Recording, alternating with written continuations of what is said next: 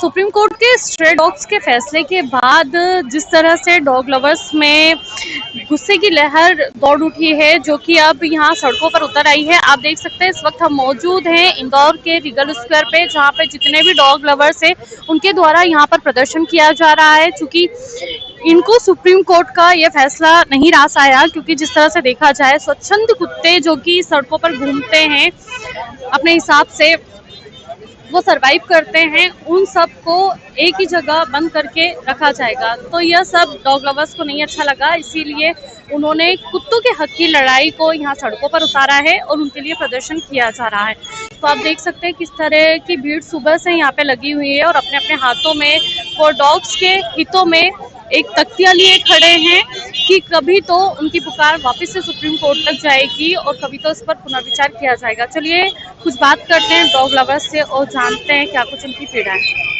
जैसा कि आप देख सकते हैं सब अपने अपने हाथों में तख्ती लिए हुए खड़े हैं, जिनके कुछ अपने पेट्स भी हैं और वो स्ट्रे डॉग के लिए किस तरह उनके हक की लड़ाई लड़ रहे हैं। आप खुद के पास, आपके पास डॉग है? हाँ जी, हमारे पास डॉग है।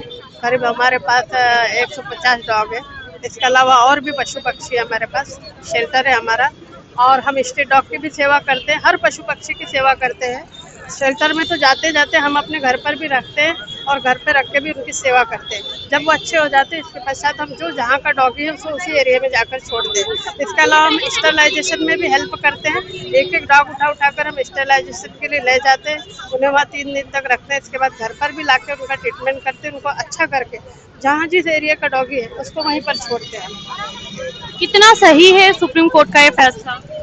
ये बिल्कुल गलत है, बिल्कुल गलत है। देखिए हमारा धर्म है, हमारी संस्कृति, हमारे बुजुर्ग क्या कहते हैं कि हर पशु पक्षी को भोजन दो, दाना दो, खाना दो। हमारे बुजुर्ग, हमारे माता पिता ने सिखाया कि 1 रोटी गाय को दो, 1 रोटी कुत्ते को दो। हम कभी भी डॉगी को मारते थे, हमारे पिताजी मना करते थे नहीं मारना, ये भी जीव है, आत्मा तो परमात्मा, हमारा धर्म ये कहता है।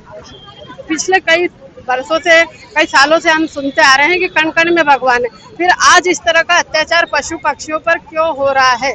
हमारे माननीय मंत्री जी, प्रधानमंत्री जी ने कहा था कि आप स्ट्रीट डॉग पालो, फिर आज ये शब्द क्यों आ गए कि इनको बाहर निकालो, इनको छोड़ दो।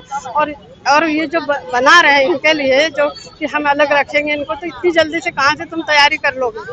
इतने डॉग को रखने में, आज 100 या 200 डॉग रखने में भी बहुत कठिनाई होती है। उनको एक एक को ध्यान रखना, अगर कोई बीमार है उनका ध्यान रखना, उनको खिलाना पिलाना, तो इतने सारे हजारों डॉग को स्वान को आप कहाँ रखेंगे? कोई डॉग ही मान लो बच्चे वाली है तो आप क्या उनके बच्चे अलग कर दोगे? कोई प्रेग्नेंट है तो क्या होगा उनका हाल, है ना? तो हम इसके लिए तो लड़ेंगे, है ना? और कहते हैं ना कि आत्मा सो परमात्मा, और हमारे धार्मिक संस्कृति में तो करते ही। और हम मिटा दे अपनी हस्ती को अगर कुछ मर्तबा चाहे, ताना खाक में मिलके गुले गुलजार होता है। हम अपनी हस्ती मिटा देंगे, लेकिन इनके लिए हम लड़ेंगे लड़ेंगे लड़ेंगे। अगर सुप्रीम कोर्ट पुनर्विचार नहीं करता है तो उसके बाद किस तरह की मांगे रखी जाएगी? देखिए हम ये चाहते हैं कि जो डॉग्स जहाँ रह रहा है वो वहीं रहे। AWBI के नियम के अनुसार भी यही होता है कि जो डॉग जहाँ पर पैदा होता है, जहाँ पर रहता है, वो वहीं रहता है। आज ये डॉग्स अपने आसपास के जो लोग हैं उनसे खाना मिलता है इन लोगों को, लेकिन अगर इनके लिए कोई केज या पाउंड बना दिए जाएंगे तो इनको खाना कौन देगा? इनके लिए आपको एम्प्लॉय करना पड़ेगा, जो कि पॉसिबल ही नहीं है। अगर इन लोगों को कोई बीमारी होती है, कोई तकलीफ होती है, तो क्या आप इन्हें संभाल पाएंगे?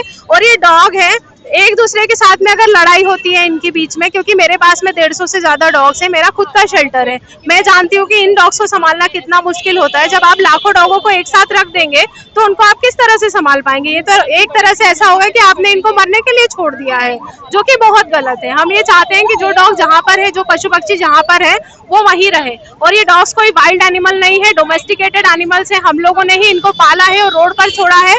आज इनकी जो दशा है ये हम लोगों ने ही करी है, तो ये जहाँ रह रहे हैं इन्हें वहीं रहना चाहिए।